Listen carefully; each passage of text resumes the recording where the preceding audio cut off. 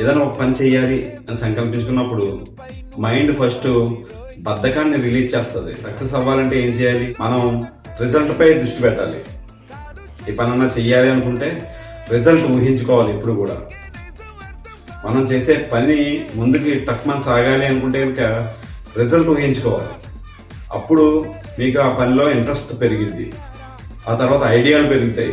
ఎగ్జాంపుల్కి మనం చూసుకున్నట్లయితే చూడండి, దొంగ ఎటువంటి ట్రైనింగ్ అవడు, కానీ ఆయన పట్టుకునే పోలీసులు మాత్రం ఓల్డ్ ట్రైనింగ్లు అవుతారు. పోలీస్ స్టేషన్లు ఏర్పాటు చేసుకుంటారు. పెద్ద వ్యవస్థే ఉంది.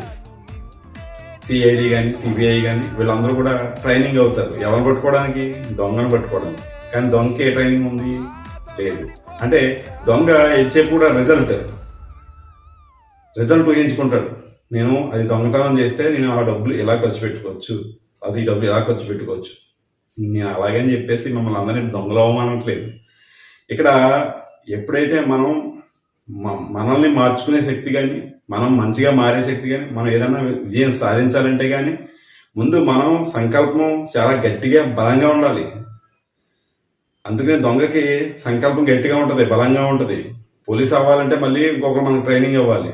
కానీ దొంగకి ఎవరు ట్రైనింగ్ ఇవ్వరు, తనకు తానే ట్రైనింగ్ అయిపోతాడు. ఎందుకు అంటే అతని యొక్క మైండ్ విజయం మీద ఫోకస్ ఉంటుంది, రిజల్ట్ మీద ఫోకస్ ఉంటుంది.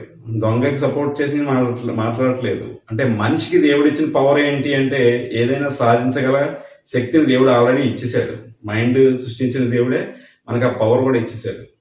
ఏదైనా సాధించాలి అనేటువంటిది, సాధించగలిగేటువంటి శక్తి సామర్థ్యాలు ఇచ్చేసాడు. అందులో మనం ఇన్వాల్వ్ అవ్వడమే లేట్. ఆ ఇన్వాల్వ్మెంట్ ఎంత గట్టిగా ఉంటే అన్ని మంచి అవకాశాలు మన ముందు చుట్టుముడతాయి. సో ఈ ఇన్వాల్వ్మెంట్ని మనం మంచి కోసం ఉపయోగించాలి. మనం మంచిని సాధించడం కోసం, లేకపోతే మంచి బిజినెస్ చేయడం కోసం, మంచి వైపు ఈ యొక్క ఆలోచన సాగితే కనుక చాలా విజయాలు మన సొంతం అవుతాయి.